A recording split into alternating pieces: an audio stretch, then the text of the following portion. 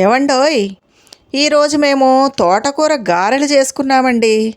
మీరంతా మా ఛానల్కి వచ్చి ఓ లుక్కేసి ఓ లైకేసి వెళ్ళాలండోయ్. దీని రుచి ఉంటుంది చూశారు. నాలుగు కట్టుకుని ఊడి రాదంటే నమ్మండి, అంత అద్భుతంగా ఉంటాయన్నమాట. మినప్పప్పులో ప్రోటీన్లు, కాల్షియం, విటమిన్లు, ఐరన్ పుష్కలంగా ఉన్నాయండి. ఈ మినపప్పును తినడం వల్ల ఎనర్జీ లెవెల్స్ పెరుగుతాయన్నమాట. చాలా బలంగా ఆరోగ్యంగా తయారవుతారు. ఇంత ఆరోగ్యకరమైన మినపప్పుని మరింత ఆరోగ్యకరంగా చేసుకోవాలి అంటే మనం ఆకుకూర కలుపుకోవాలండి. అదే తోటకూర. తోటకూర పోషకాల గని అండి. అన్ని ఆకుకూరల కంటే ఎక్కువ పోషకాలు తోటకూరలో ఉంటాయి. ఐరన్, ఫైబర్ పుష్కలంగా ఉంటాయి. కళ్ళకు ఈ తోటకూర చాలా మంచిదండి. ఇంకా డయాబెటీస్ ఉన్న వాళ్ళకి ఇది మంచి ఆహారం. షుగర్ లెవెల్స్ కంట్రోల్లో ఉంటాయి. క్యాలరీస్ తక్కువ ఉంటాయి కాబట్టి బరువు తగ్గుతారు. ఆయిల్ ఫుడ్ అయినప్పటికీ వారానికి ఒకసారి తింటే తప్పులేదులేండి. మరి ఇంత రుచికరమైన తోటకూర గారెలు ఎలా తయారు చేయాలో, దాని తయారీ విధానం ఏంటో చూసేద్దాం రండి. మినపప్పుని మిక్సీలో రుబ్బుకునే వాళ్ళైతే రాత్రి నానబెట్టుకుని ఉదయం రుబ్బుకుంటే గారెలు మెత్తగా వస్తాయండి. లేదు గ్రైండర్లో కానీ రోట్లో కానీ రుబ్బుకుంటాము అంటే 4-5 గంటలు మినపప్పు నానబెట్టుకుంటే సరిపోతుంది. ఈ విధంగా మినపప్పుని నానబెట్టుకుని శుభ్రంగా కడిగి పొట్టు తీసి, లేదా గుళ్ళు పప్పు అయితే శుభ్రంగా కడుక్కుని నీళ్లు తక్కువ పోసుకుని ఈ విధంగా గట్టిగా రుబ్బుకోవాలండి. రుబ్బిన వెంటనే ఎప్పుడూ గారెలు వేయకూడదు. కాసేపు ఫ్రిడ్జ్లో పెట్టుకోవాలి, లేదంటే బాగా చల్లారేలా ఓ పక్కకు పెట్టుకోవాలి. తోటకూరని శుభ్రంగా కడిగి సన్నగా తరిగి తడి లేకుండా ఈ విధంగా పెట్టుకోవాలి. దాన్ని ఈ మినపప్పు రుబ్బిన పిండిలో వేసుకోవాలండి. తర్వాత ఈ గారెలు క్రిస్పీగా రావాలి, నూనె పీల్చకుండా ఉండాలి అంటే చిన్ని చిట్కా అండి.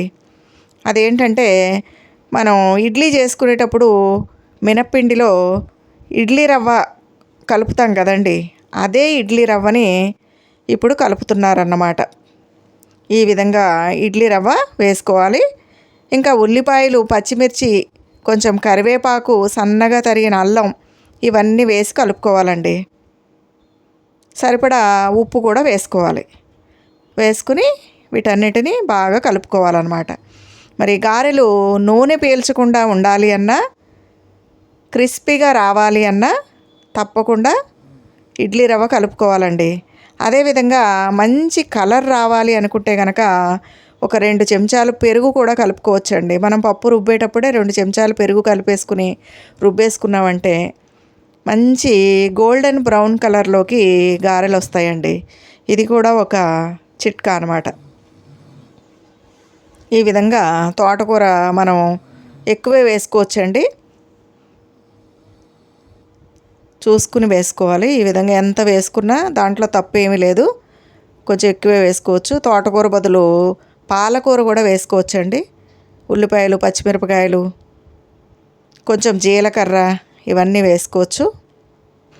ఆయిల్ పోసుకుని మూకుడులో బాగా ఆయిల్ వేడవ్వాలండి. ఆయిల్ వేడి కాకముందు వేయకూడదు, అలా వేస్తే నూనె పీల్చేస్తాయి. ఈ విధంగా నీళ్ళ గిన్నె పెట్టుకుని చేతులు తడి చేసుకుని చక్కగా పిండి ముద్ద చేతి నిండా తీసుకోవాలండి. పిండి ముద్ద చేతి నిండా తీసుకుని వేళ్లతోటి, బొటన వేళ్ళతో ఒత్తి మధ్యలో చక్కగా రంధ్రం చేసి ఈ విధంగా నూనెలో వేసుకోవాలండి. చూడండి, ఈ విధంగా వేసుకోవాలి. చూసారు కదా, నూనె మాత్రం బాగా కాగాలండి. నూనె కాగిన తర్వాత మాత్రమే ఆ మూకుడు నిండుగా మనం గారెలు వేసుకోవాలి.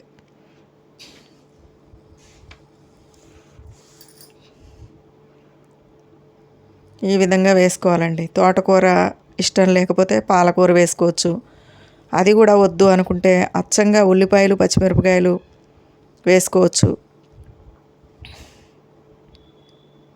తింటే గారెలే తినాలి, వింటే మహాభారతమే వినాలి అని మన పెద్దవాళ్ళు అన్నారండి.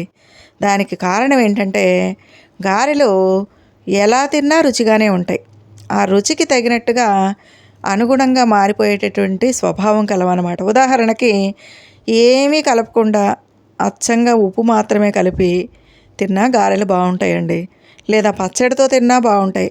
లేదా పెరుగులో వేసుకుని తిన్నా దానికి తగ్గట్టుగా ఆవడలు బాగుంటాయి. ఇంకా బెల్లం పానకంలో, చెరుకు పానకంలో వేసుకుని తిన్నా చాలా బాగుంటాయి. ఇంకా చికెన్ కూరలో తినచ్చు, ఇంకా సాంబార్లో తినచ్చు. ఈ విధంగా ఏ రుచి అయినా సరే ఈ గారెలకు సరిపడే విధంగా గారెలు తయారవుతాయండి. అందుకనే అందరికీ నచ్చుతాయి. ఎన్ని రకాలుగా, ఎన్ని వెరైటీస్లో మనం గారెలు చేసినా ప్రతి ఒక్కరికి నచ్చుతాయి. కాబట్టి అంత అద్భుతమైన రుచి కలిగినవి కాబట్టి మరి తింటే గారెలే తినాలి, వింటే భారతమే వినాలి అని మన పెద్దవాళ్ళు చెప్తూ ఉంటారండి. ఈ విధంగా గారెలు వేసుకోవాలండి. వీటిని అల్లం పచ్చడి కానీ, లేదా పుట్నాల పచ్చడి కానీ, లేదా కొబ్బరి పచ్చడి కానీ, లేదంటే పల్లీల పచ్చడి కానీ, మీకు ఏ పచ్చడి ఇష్టమైతే ఆ పచ్చడితో తినొచ్చండి. ఏది లేకపోతే అచ్చంగా ఇలాగే వట్టి గారెలు కూడా తినేయచ్చండి. ఎందుకంటే దీంట్లో తోటకూర ఉంది, ఉల్లిపాయలు, పచ్చిమిరపకాయలు, అల్లం ఇవన్నీ ఉన్నాయి కదండి. కాబట్టి అచ్చంగా అలాగే కూడా తినొచ్చు అనమాట.